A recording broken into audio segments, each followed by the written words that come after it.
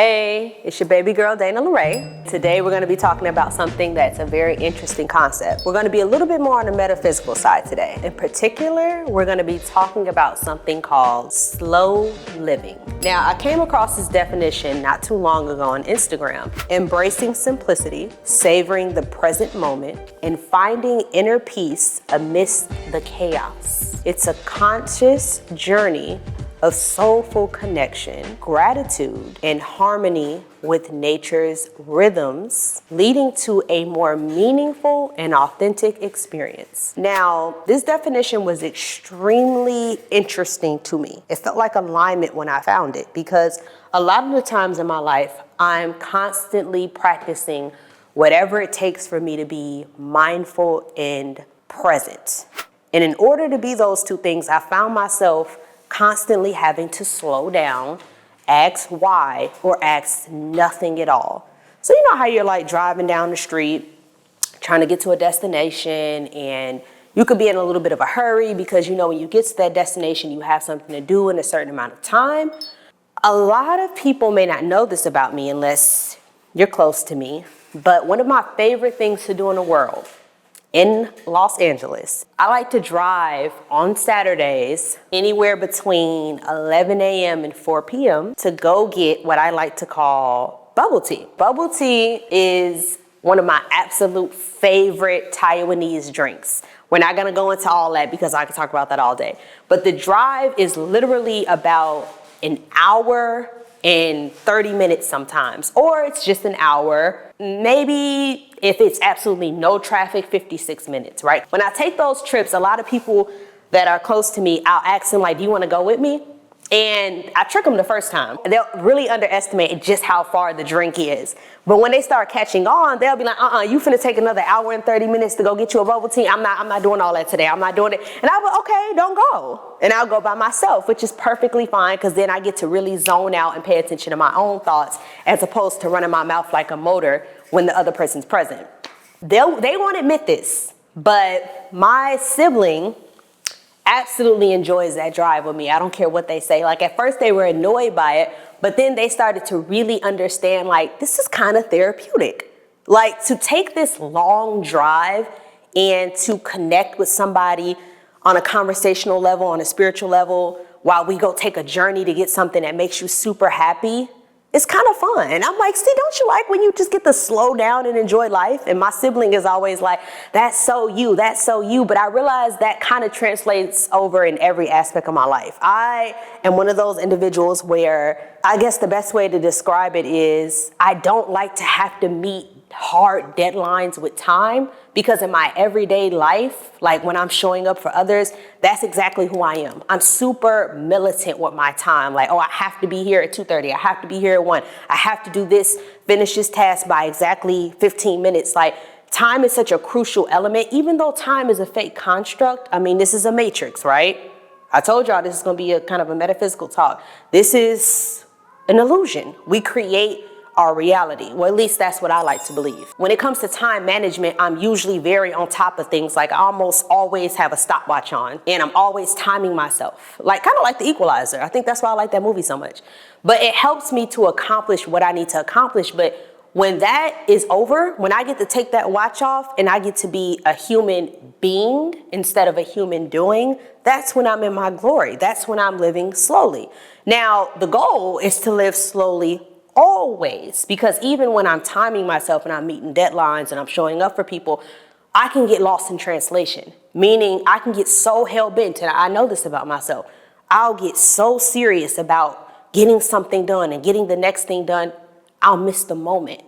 And missing the moment is where the joy is. I know a lot of people are probably hearing a bunch of these terms being thrown around and like, okay, this girl's sounding taboo. I hope not, but hear me out. One of my clients in particular, I meet up with her around 10 a.m.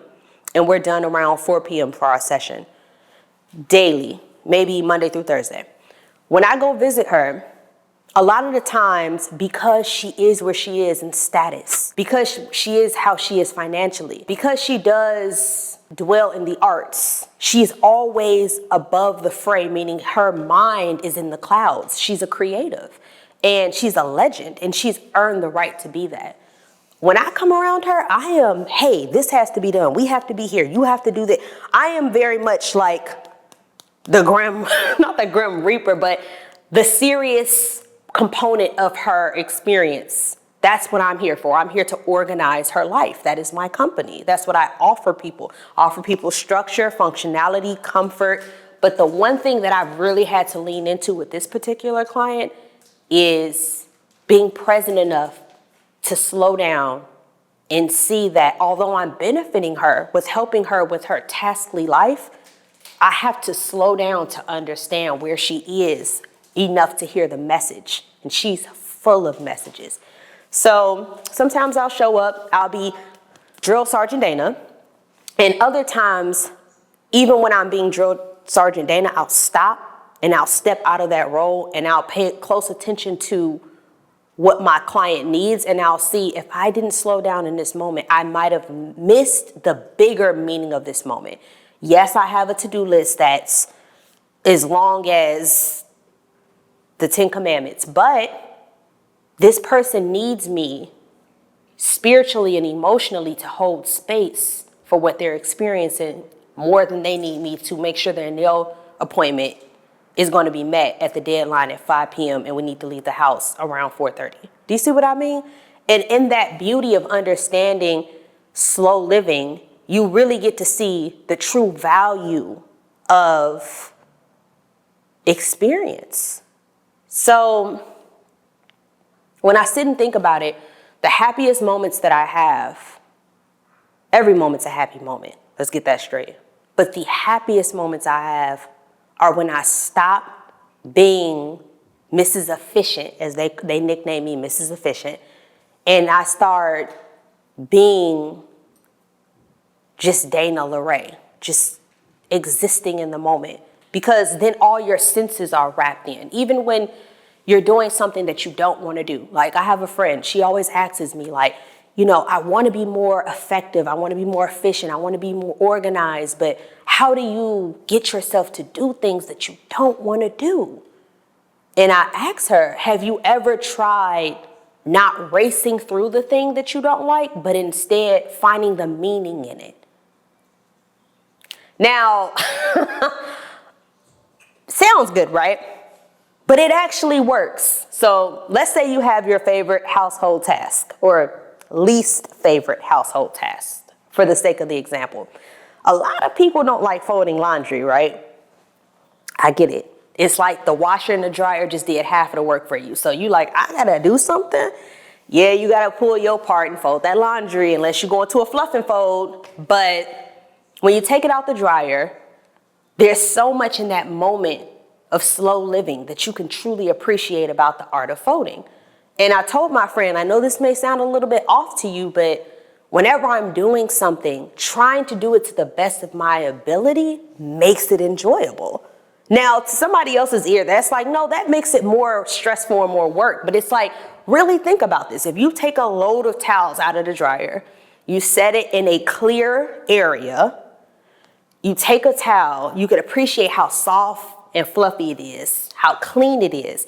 And you try to line those corners up perfectly. Like everything when I'm doing stuff and I'm being present, it's almost like a game. It's like a game of Tetris. You're trying to fit things.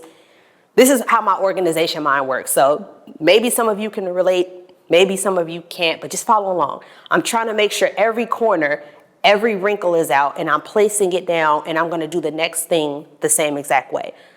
That's enjoyable because I'm present with the load of towels. Like I'm present, like, oh my God, like me and these towels, we got a thing going right now. Like the towels are like, yes, fold me down. And I'm like, I'm folding. It's that deep. It's that deep. But it makes you feel a sense of fulfillment to do something that well. And then the next part of putting them up in a way that's, you know, visually pleasing, that's kind of coordinated according to towel color. Those types of things really can make you, that present moment can really make you appreciate what you have. Because I mean, I think a big part of slow living is the gratitude that you practice. Like having a washer, dryer, or however you source your clean clothes, and then having them clean to be able to re-enjoy, all of that can be felt through how you treat the thing that you're manipulating. When it comes to individuals that I service, slow living allows me to really take in the enjoyment of being of service, acknowledging that the person that I am servicing is a part of my slow living journey, because doing things for them can be seen in a way as doing things for me. When I'm out and about and I'm going to get bubble tea every Saturday between 11 and 4, that moment where I get to just exist on the road, listening to my favorite music or having a conversation with someone I love, those still moments make me see how fortunate I am to have time to do whatever I want to do. Now, when I go see my clients and I'm with them and I'm giving them the fulfillment of what they need through my services, whether it's letting go of something that no longer serves them through decluttering, whether it's sitting with them and going through a task list and trying to figure out what should be done first, what should be done last, like those moments are still being still and still being present. And it's funny because it's no longer just me focusing on what I want, but within helping them, I'm still being fulfilled because I do want to accomplish what they want to accomplish. So it's still a full circle reward. And I know a lot of this is very wordy. It's almost hard to articulate because the joy of life truly comes from those moments where you feel like you're doing exactly what you want to do. And that doesn't always have to be in the way that we think about it. I think rewiring our mind around service will keep us in a rhythmic flow to understand we never stop doing what we want to do. Or you should never stop doing what you want to do. Everything that you do, every present moment that you have, you should create a way for you to do it, even if it's servicing others, the way you want to service them. Does that make sense?